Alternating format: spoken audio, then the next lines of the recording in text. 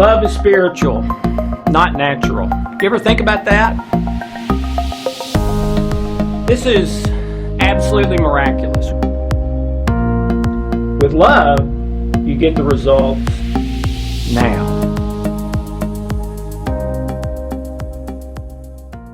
Hi, I'm Dr. Alex Loyd, and welcome to Deep Water, where our sort of thing is let's start talking about what's important.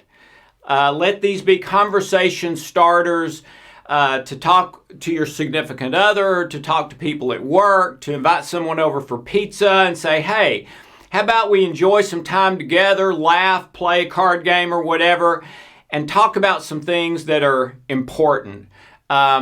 Spiritual issues, controversial issues, issues that are really big in the world right now, issues where we get stuck and need a helping hand. All sorts of issues. We've talked about the Black Lives Matter. We've talked about gender issues. I'm going to try not to be afraid to address anything, but I want you to know I'm not at all saying I have the answers. I'll give my 2 cents and then let's start the discussion.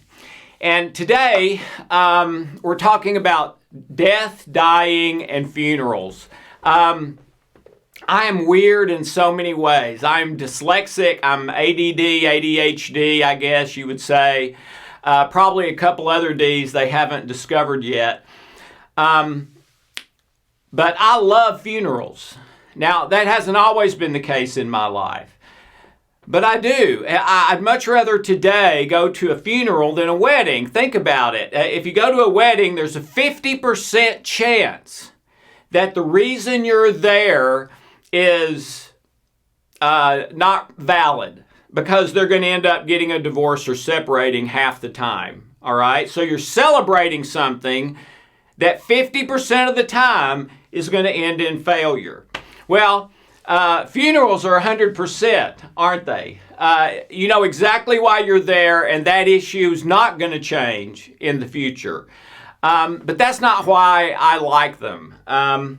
I like them because every time I go to a funeral, it makes me reevaluate me.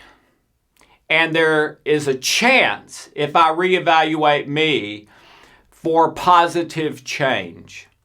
I have a friend who was in the FBI for 20 years, and I asked him what he learned. He said, number one, everybody lies, and number two, nobody changes.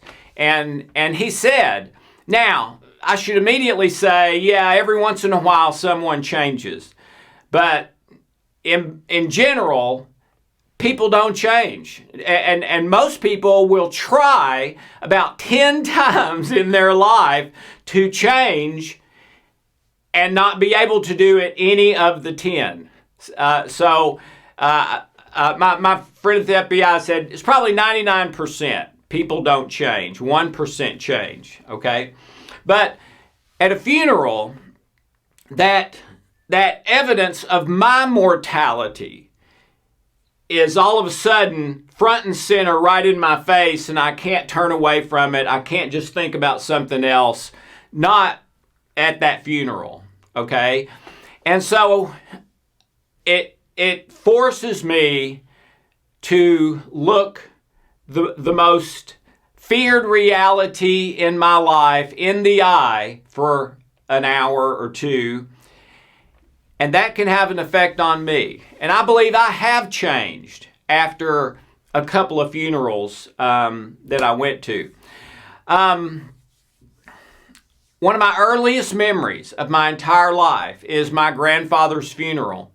He had a car wreck, and he didn't die from the car wreck, but he died shortly after that. And I was probably, 3-4 years old. And I don't really remember going to the funeral, but I think I was there. But what I do remember is for over a year after that, night terrors, waking up screaming. And the nightmare was that lid of the casket opening, my grandfather sitting up, who I'd never particularly liked. In fact, to be honest, he kind of scared me a little bit. and then getting out of the casket and coming after me. And that's probably when I started screaming. But that's one of my earliest memories, and it's very vivid. And over the years, 30 years or so that I've been doing counseling and therapy, virtually every client I have ever had has some death memory from way, way, way back when they were young. In fact, to a lot of my clients, their memory of a funeral or death is the earliest memory of their life. It's the first thing they can remember in their life. And we know that one of the things that causes that is when something happens, it's labeled as a trauma or not based on how much adrenaline is released. And the bigger the trauma, the more protected that memory is by the unconscious mind. Because it may be a life or death situation, and I may need 20 years from now to act in a split second to save my life on some of the information from that life or death memory. Okay? So those memories are prioritized and protected inside us, but it also tells us that we have a lot of adrenaline released at funerals. Well, why could that be? Fear. It's fear. Really, I'm going to stand up a while now. Got going a little bit. All fear is ultimately a fear of death. All fear. Why? Because our fear mechanism, the physical mechanism in us, the fight or flight mechanism, the stress mechanism, is only supposed to be activated in an actual life or death situation. It's only supposed to be activated to save your life in the next 5 minutes.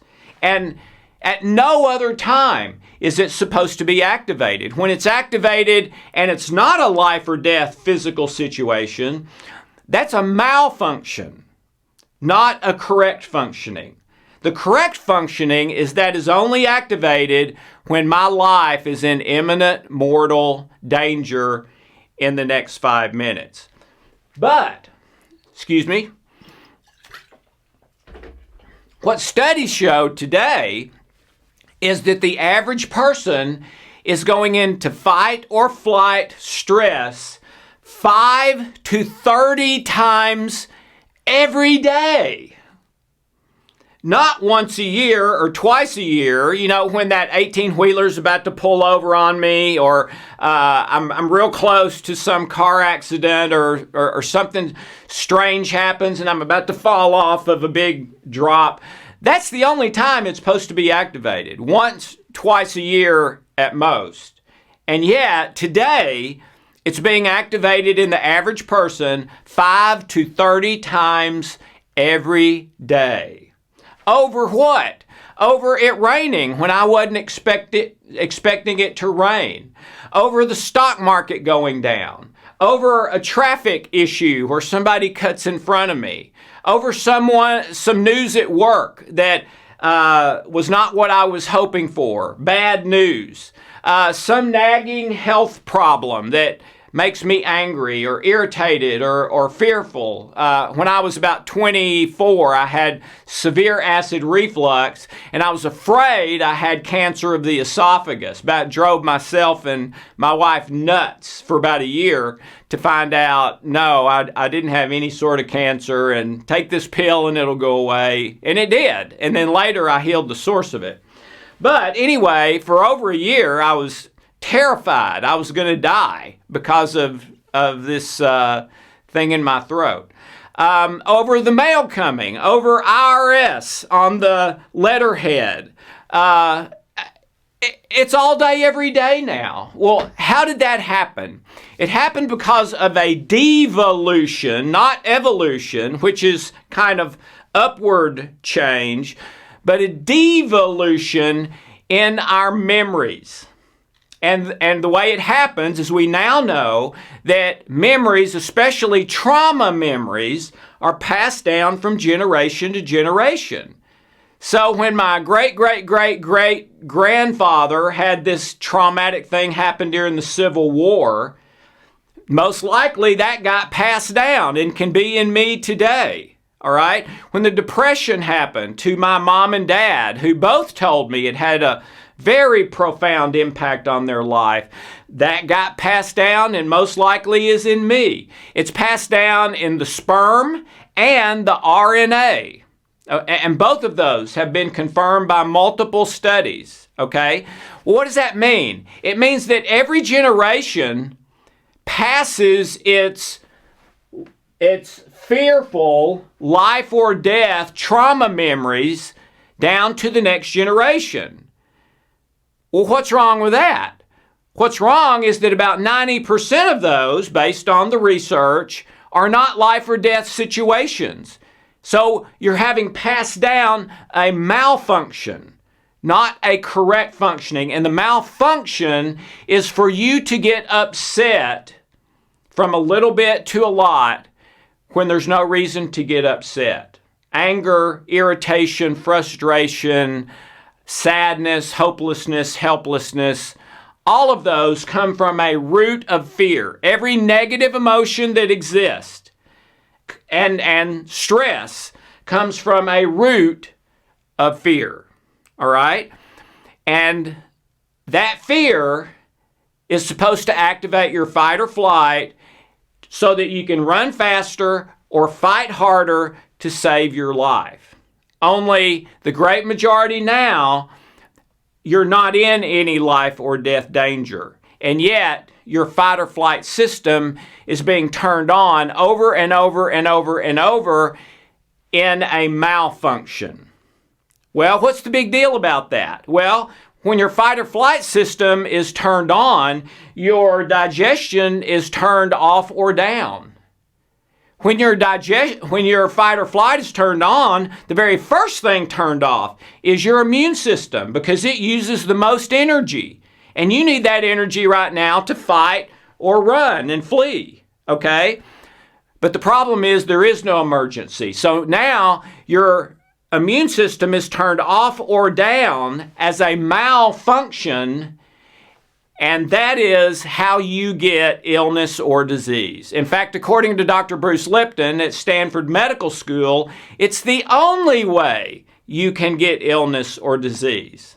Okay?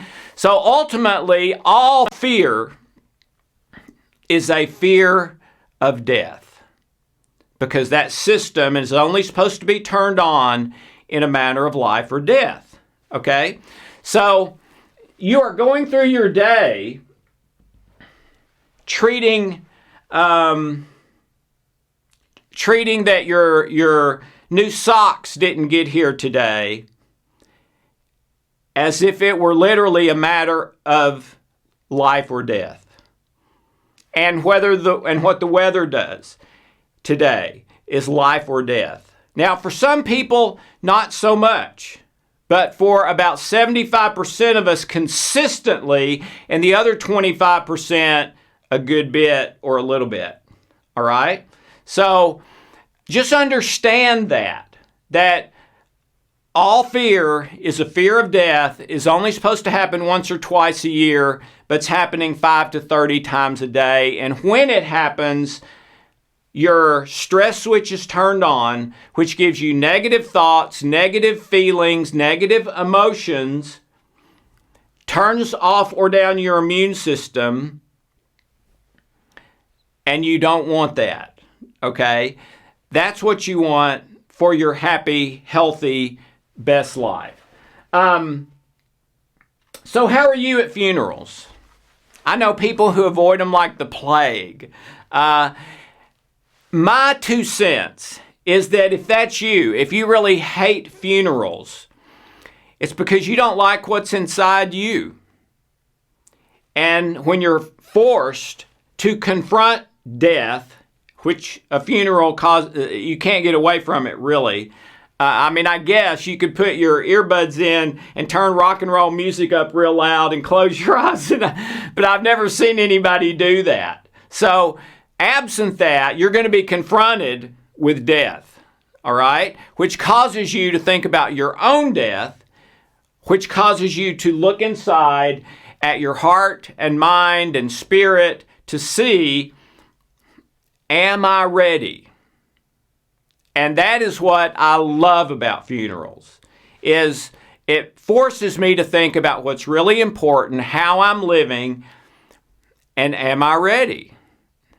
And what I would encourage you to do is to go there without it having to be a funeral. Today or tomorrow, go out and walk or pray or meditate and think about when you die. It is the only thing that is for sure, about the only thing that's for sure in this world, is that you are going to die someday.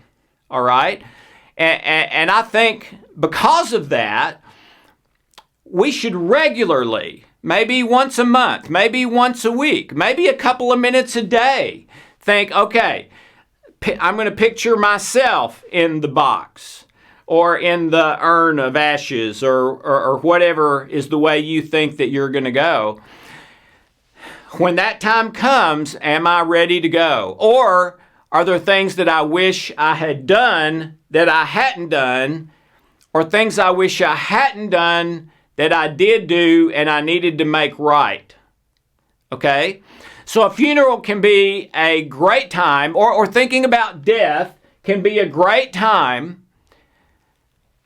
to reevaluate your life and your priorities. And I would absolutely recommend that you do that. That is part of maybe your meditation this week, to imagine you know you're dying, even you got 6 months. What do you do? What do you change? You know you're dying and you've got 1 month. What do you do? You know you're dying and you've got 1 day. What do you do? Well, make a list, make a plan to start doing those things now, even though you're not dying, and make a plan to make those things right that you need to make right before you no longer have any time. I had a client who called me a few years ago, and his father had just died, and he was very close to his father, and he was just devastated. And the reason he called me is he said, they've asked me to speak at the funeral, and I don't think I'm going to be able to do it. And will you please help me to try to be able to speak at the funeral? And so I did some of the weird work that we do and have been doing for 20 years to try to help people lower their stress and negative emotions. And so I gave him a process to do for that. It took about 5 minutes. He had to get on a plane to go there. So he's going to have about 24, 36 hours before the actual funeral.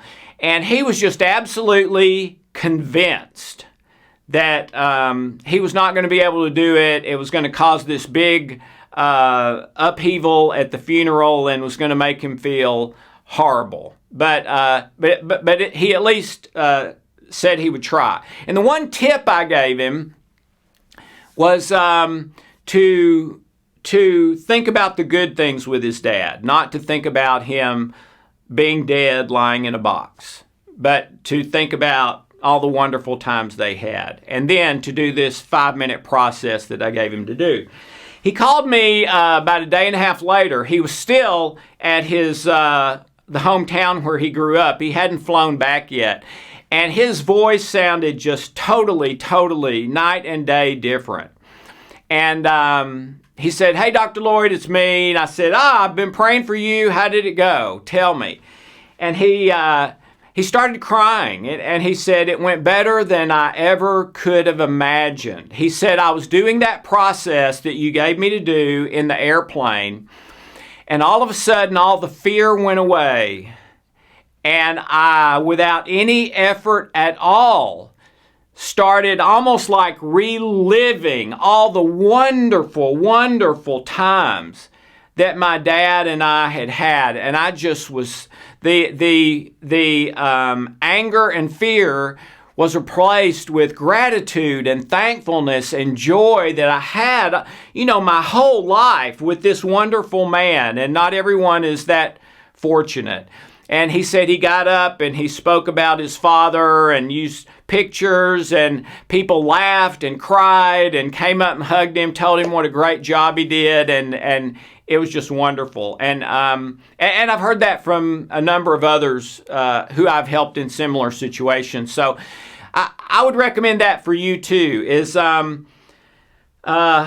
man, us humans, we are really good at messing up relationships.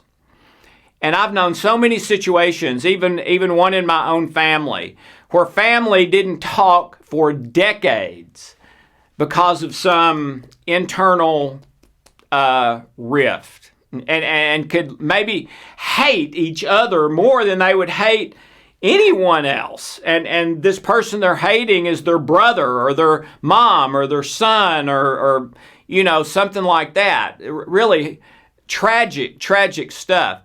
But I've seen that many, many times. I would recommend that with thinking about your funeral or going to a funeral, start thinking about the positive things. Remember the good times, okay? And even if this is someone that you're furious about, I bet there's one or two good memories, or at least okay memories, in there somewhere. And if there aren't any, then put the negative stuff you have with them in the context of helping you from now on for the rest of your life to be an even better person. One of the problems is when that death and dying is so traumatic to us. And it is, especially when it's someone close to us or someone that we have strong feelings about. That fear and anger and sense of dread comes over us, and we just sort of let it do its thing. Well, don't do that. Throw that blanket off and say, no, I'm not just going to let my mind, will, and emotions run amok and do whatever they want. I'm going to take the steering wheel. I want to think about these things, okay? Not those things. And think about the things that are joyful, positive, that you can be grateful for. The worst deaths I can think of would be the death of a child. I don't know anything that's more tragic than that. But you can find a positive. They're not going to have to go through a lot of pain and suffering that they would have had to go through. Depending on your worldview, you may believe there's something far better than this life waiting for them, or try to think about the positive as far as their family or other relationships you have connected to this, that you can be a source of support, love, and encouragement. There's always a possible positive outlet if you look for it. Let a funeral, death, or dying cause you to look for it and love that person, encourage that person, help them through it. Think about the good, the positives, and it's going to help you more than you think, I believe, in those kind of situations. We typically just let the negative hit us and do whatever it wants, and it'll beat us to a pulp sometimes. Don't let it do that. Take control of the steering wheel and steer your mind, will, emotions, and heart, and pray and ask God for miraculous help with that. One thing I think is really important about this is one of the most wonderful things I've ever been a part of in 30 years of counseling and therapy is people who are dying, and they are dying well. Meaning they're not trying to hurt everybody. They're not, oh, poor pitiful me. They are dying with grace. They are dying with love, joy, and peace. They are dying saying everything that they need to say with nothing left unsaid in a positive, loving way. Okay? To watch someone die well or go well is a wonderful thing, man. It's like the victory scene in Braveheart, or one of those wonderful movies where, there's this struggle all this time, and then at the end, the battle is won. And it's so gratifying, okay? To see someone who has lived an entire life, and now that it's gotten to the end, they are going well, they are dying well, with love, joy, peace, making things right, making it more of a celebration than a mourning, not terrified, trying to hang on to every minute of life because they're so afraid of death. No, they are walking into the valley with their head up, with courage and strength. That is one of the most beautiful things I've ever seen. And I can promise you, if you feel like you never contributed a lot to maybe the people in your life, die well. Go transition from this world to the next well, and that will be a huge gift you can give to everyone who loves and cares about you. It will cause you to go way up on their respect scale, and it'll inspire them not only to die well themselves, but how they live their life so that when they do get there, they can die well. All right?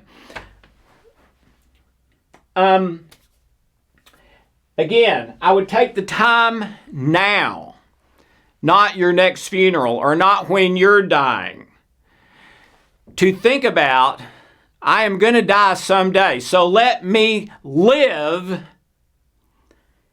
in a place where I'm always ready to die. Don't mean I want to die. No, not at all. But none of us have a guarantee, okay? I could walk out the door and get hit by a truck today, and that's it. And the same for you, all right? So one thing I do is I try to live always, every day, constantly in a place where I'm ready. I am ready now. I have made everything right with every person I need to make something right with. I've done the best I could, and what I messed up, I've said I'm sorry. I've repented. I've gotten back up on the horse and tried to do better. I'm right with God. If I believe in God, I'm right with God. I guess if you don't believe in God, you've got to be right with your heart, your conscience, okay? Well, don't wait another week. Start living that way now. And you may not know what that is until you meditate, pray, take some time, close your eyes, and envision your dying, your death, and your funeral. And if you were sitting on the front seat at your own funeral, what would you wish you would be able to say about your life? That I did my best, I had some rough times, but then I turned it around. I tried to make amends for everything I did wrong. I tried to make things right with other people. I tried to tell the truth. I tried to be honest. I tried to treat people with love and kindness all the time. One of the easiest things you can do that makes the most difference in people's lives is simply to be kind. And you would be amazed at what a big difference that makes, and it will transform you if you start practicing regular daily kindness with everyone and everything. Okay? They say that the biggest fear in the world, and I've seen a number of polls over this over a number of years, but this is typically true, that the biggest fear in the world, except for death, and sometimes even more than death, is the fear of public speaking. And that is so fascinating to me because, again, as we said at the first, your fight or flight mechanism, your death mechanism, is not supposed to be activated unless you're in imminent mortal danger, meaning the truck is about to pull over on you. Somebody is chasing you with a knife or a gun. You are about to fall off of a 30-foot cliff. Something like that, okay? Well, then, if that's true, then why in the world is the number one fear or number two fear a fear of getting up in front of a few people and opening your mouth and talking? How in the world could that be the biggest fear or number two? There's no way you're going to get killed doing that. I mean, I'm assuming what you say won't be that bad. No, there's no way you're going to get killed. There's no way you're going to die. That is proof of the devolution of our memories over thousands of years, where each generation's traumas get passed down to the next generation, and then they pile theirs on top of it and pass it all to the next generation. Okay? So, during your day, anytime you experience stress or something in the anger family, anger, irritation, frustration, resentment, bitterness, or feel your heart start to speed up and you're not exercising, you have just become afraid of dying. So whether it's over taking out the trash or not getting to see a ball game or traffic or somebody looking at you funny, or not getting the raise, or the thousand other things, every time you get a little bit upset about something like that, or experience anxiety, stress, or something in the anger family, you are believing that that thing will literally physically kill you. At least in your mind, you are, your unconscious mind, all right? Well, that's ridiculous, isn't it? Getting up and talking for 5 minutes would never kill me. Someone cutting in front of me in traffic would never kill me. The stock market going down would never kill me. Something about the garbage would never kill me. Some disagreement with my wife would never kill me, okay? Well, yeah, that's true, but your body is reacting as if it would. So in essence, you're living a lie every time that happens. Okay? This week, start catching that lie. Whoa. Why am I upset about this? This is about money. There's no way that money is going to result in me physically dying. So I'm believing a lie about this, and you are. And the lie is that it will kill me. It will not kill you.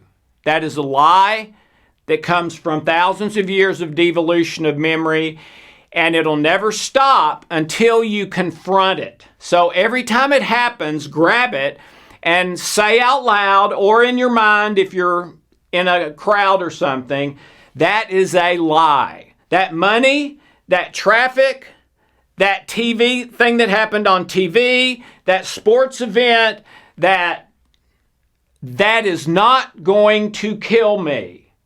And I ask my mind and heart to heal the wrong belief I have that that's going to kill me, so I don't keep reacting to it all my life. And you can use some of our tools for that work fabulous to heal that underlying thing that's causing you to react as if something is going to kill you that is an absolute lie and never will. So about death, yeah, it is sure. It's going to come.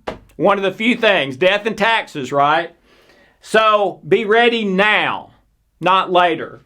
Dying. Have lived the sort of life that you go well, you die well. And it is an inspiration and a gift and a great help to everyone who you love and care about and who watches that. All right? So always be ready so that when the time comes, you can go well without fear, without anxiety. I did the best I could. I made lots of mistakes, but I did the best I could. And then at funerals, let it cause you to reset, to rethink your life and say, what could I do better? How could I live that would be more spiritually correct in light of love, joy, peace, and truth? Okay? And then really do it. Use some of our tools to help you do it, but do it so that the one sure thing in your life, you are going to die, you will do it well. You will be ready, and there's nothing to fear. So, I understand death, dying, funerals can be so tragic, so heartbreaking. If you go to a funeral, as far as I'm concerned, the rule is love them, speak the truth, and be kind. Don't tell them a lie. Don't tell them that was a great person if, everyone knows they spent their whole life doing wrong.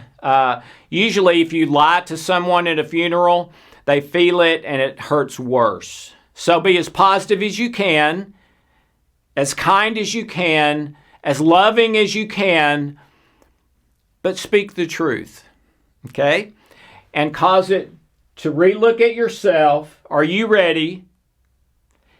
And then start changing your life so that you live in a state of readiness. And when the time comes, you will go well and be an inspiration to others and turn it into a positive. Okay?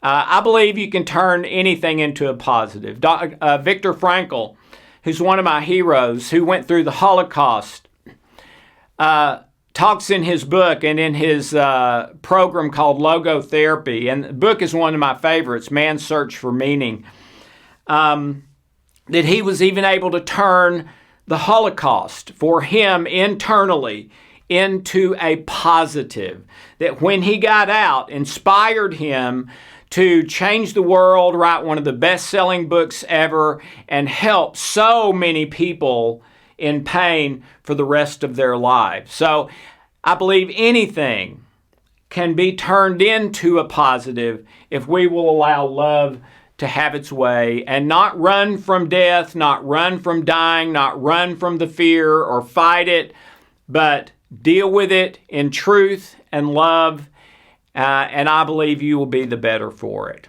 So I hope this makes some... one last thing. Of course, your worldview has a great deal to do with how you think and deal with death and dying. Are you an atheist? Do you believe that there's nothing after this, that when we die, we're just like a cow in the field that died, and there's nothing after this? Well, that would absolutely have to affect your opinion of how you live your life. And I would think, if that's what you believe, that there is nothing after this life, so there is maybe no absolute morality, it's survival of the fittest, then maybe the best life you could live would be to get what you want when you want, as much as you can. The problem is the way we're built doesn't confirm that. The way we're built, the way we work best and are happiest is when we are acting and living and practicing love. And love means making yourself vulnerable to hurt or being taken advantage of by other people. Love puts the other person at least equal to yourself, maybe even ahead. And when we live that way, that's when we work right as far as our brain and our body, and we don't get as sick, and our immune system and all of that. When we act in selfishness to get what I want when I want, that's when we start to malfunction, and that creates more and more stress the longer we do it. Okay? So your worldview would certainly affect this. But Fortunately, at least in my thinking, approximately 97% of all people in the world believe in God or a spiritual reality. So they do not believe that this is the end. And I believe that as well. So if you believe that, then there is always a place, a real place for optimism that what comes next is better than what we have here. And so if someone is going on to something better, you can't feel too bad for them. You can grieve for yourself. And that's absolutely fine. I would say if you've been grieving for a year or more, you need to maybe refocus your mind and heart. Time to start living your best life. I think that's what that person would want you to do. Grieving's typically about 6 months, but it's different with everyone. But again, to help with the grieving, use some of the tools we have, but also think about the good times with that person. And if you believe there's something after this life, the very real possibility that they've gone to something better. And let it inspire you to get ready and always be in a place where you're ready, and if and when the time comes, to go well. But in every situation having to do with that, you're going to act in love, you're going to be kind, you're going to tell the truth. All right. I hope that is beneficial, and have a wonderful, blessed day.